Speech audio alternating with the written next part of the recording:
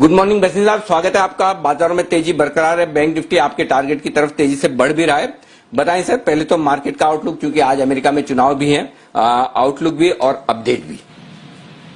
Good morning Anil ji. तो मौका और दस्तूर और भाव आपके साथ थे फ्राइडे को, लेकिन घबराहट में लोगों ने इलेक्शन और डॉ फ्यूचर में सब मिस कर दिया। देखिए बैंकों में क्या 1500 पॉइंट की तेजी आ गई, और अभी भी मैं सोचता हूँ banks are at the tipping point. जो बैंक्स की अंडर परफॉर्मेंस भी आउट परफॉर्मेंस में टर्न हो गई है, and you will start to see mid cap banks join this rally. I am very bullish on mid cap banks and ये जो आपका रियल एस्टेट है, जो मैंने आपको लगातार कहते रहा, डीएलएफ, गोदरेज प्रॉपर्टी जो आउट परफॉर्म।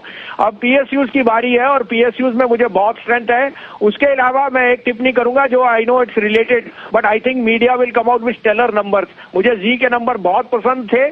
साथ में जो उन्होंने आगे की गाइडेंस दी है कि एड रेवेन्यूज की, I think it is set the stone, क्योंकि अगर एड रेवेन्यूज बढ़ेंगी इस क्वार्टर में, आई थिंक मेरा एक पिक भी जो है वो इसी से रिलेटेड है, सन टीवी।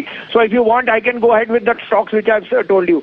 गेल मैंने आपको 84 रुपए पे कहा था, वो 86 बिक गया, उसमें बुक कीजिए। और बीपीसीएल मैंने 340-42 में कहा था, वो आगा 357 हो गया आज, लेकिन इट विल बी 375। तो बने रहिए पीएसयूज में। अब आप कहें तो दो कॉल हैं, दोनों बाय की हैं सर।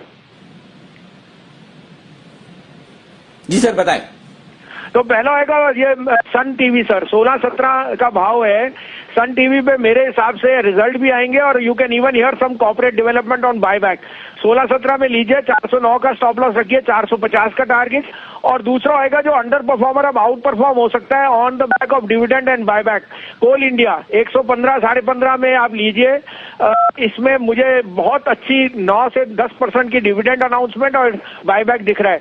14 का स्टॉप लॉस रखिए, 125 का टारगेट।